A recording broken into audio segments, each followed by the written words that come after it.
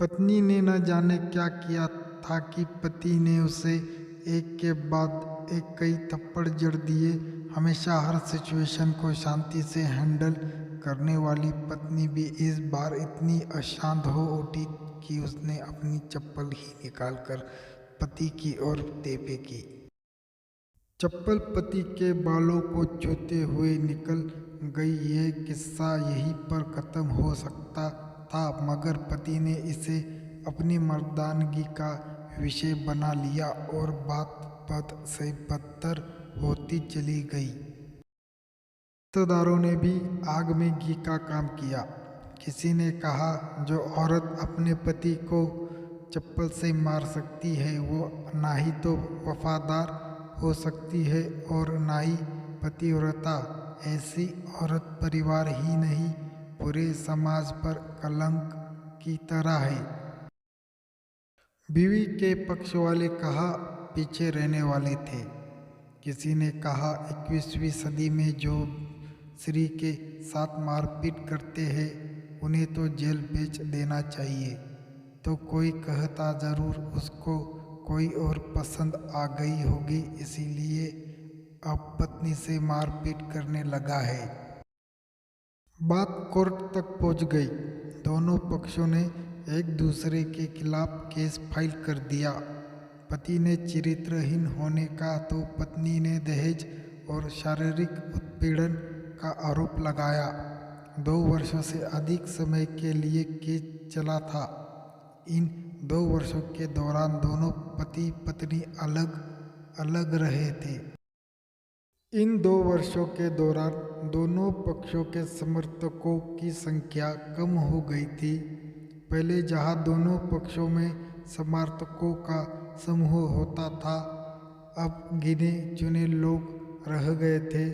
पति और पत्नी दोनों की आर्थिक परिस्थिति भी इस समय के दौरान नीचे गिर चुकी थी। जिन्हें वो अपना शुभचिंतक समझ रहे थे, पैसों की बात आते ही उन्होंने भी अपना पलड़ा झाड़ लिया था। अगर कोई देने को राजी भी हुआ तो मोटे ब्याज की शर्त पर। आखिरकार वही हुआ जो सब चाहते थे, डाइवोर्स। हर कोई खुश था, दोनों पक्षों के रिश्तेदार, उनके माता पिता और दोनों के वकील। लेकिन 5 साल की सुखद शादी और एक सुंदर बेटी होने के बाद मिले इस डाइवोर्स से पत्नी मूक थी और पति शांत। शायद ये एक इत्तेफाक ही था कि इस खुशी को मनाने के लिए दोनों पक्ष के लोग एक ही चाय की टपरी पर बैठे आमने सामने।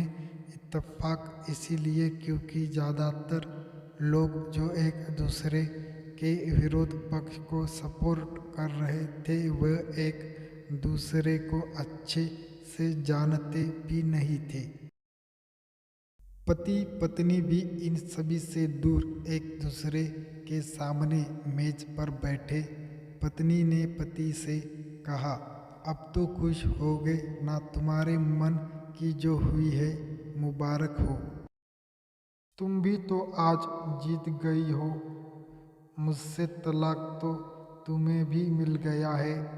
Congratulation to you too. पति ने कहा, तलाक को तुम जीत का प्रतीक समझते हो? पत्नी ने पूछा। पति से चुप रहा।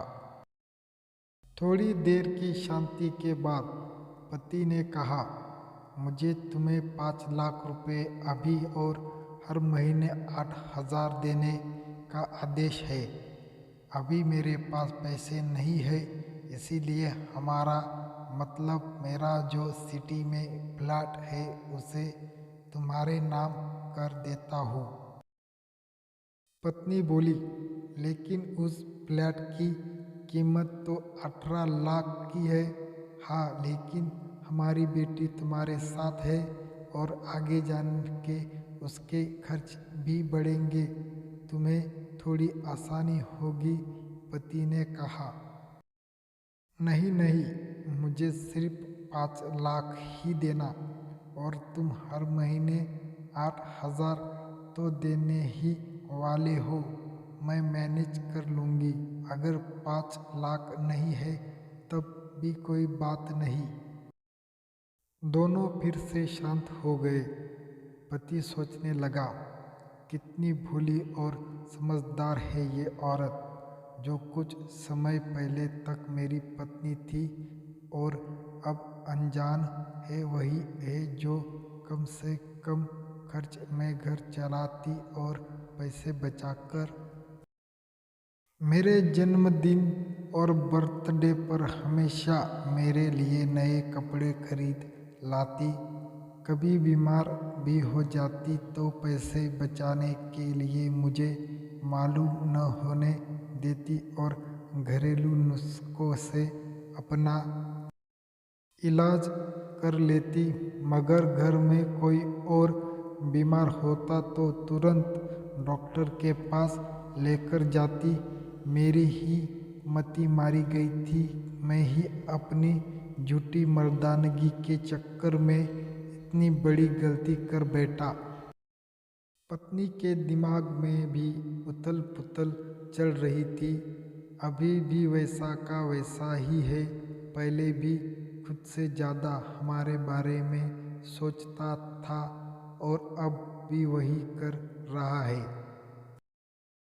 ये वही आदमी है जो मुझे एक्सीडेंट से बचाने के लिए खुद मोटरसाइकिल के आगे कूद पड़ा था और अपनी उंगली तुड़वा बैठा था। पता नहीं कौन सी मनहूस घड़ी में मुझे झगड़ा कर बैठी।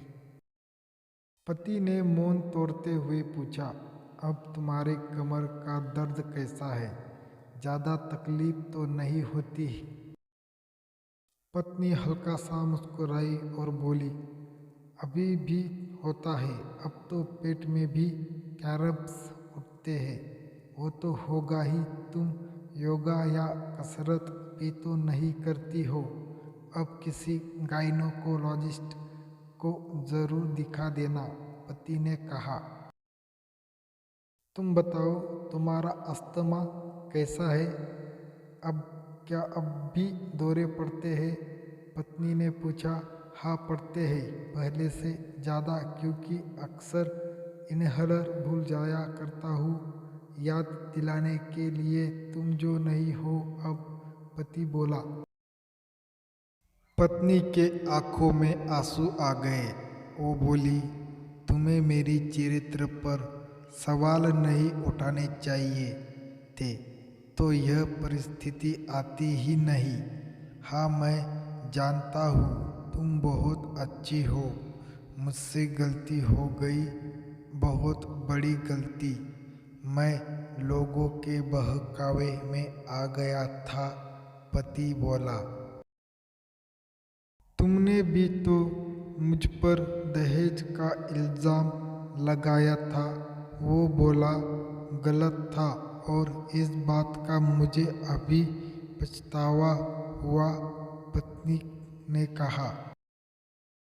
पति कुछ कहना चाह रहा था लेकिन हिचकिचा रहा था।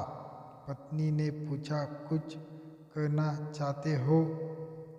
बोला, क्या सब पहले जैसा नहीं हो सकता? क्या मतलब? पत्नी बोली। मतलब कि हम फिर से पहले की तरह पति पत्नी बनकर, सच्चे दोस्त बनकर नहीं रह सकते? पति बोला। पर यह डाइवोर्स के पेपर दिखाते हुए पत्नी ने कहा, फाड़ देते हैं। पति ने अपने पास रखे डाइवोर्स के पेपर फाड़ते हुए कहा। पत्नी ने भी अपने पास रखे पेपर फाड़ दिए। सभी हैरान थे कि वकील, रिश्तेदार और माँ बाप, पति पत्नी दोनों एक दूसरे के हाथ में हाथ पकड़े अपने घर की तरफ चले गए।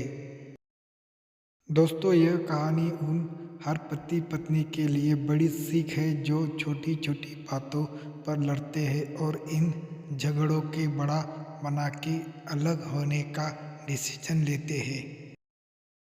प्यार और झगड़ा तो एक सिक्के के दो पहलुओं की तरह है। दोनों को स्वीकार करना होगा, तभी यह पवित्र रिश्ता उसकी मंजिल तक पहुंच पाएगा।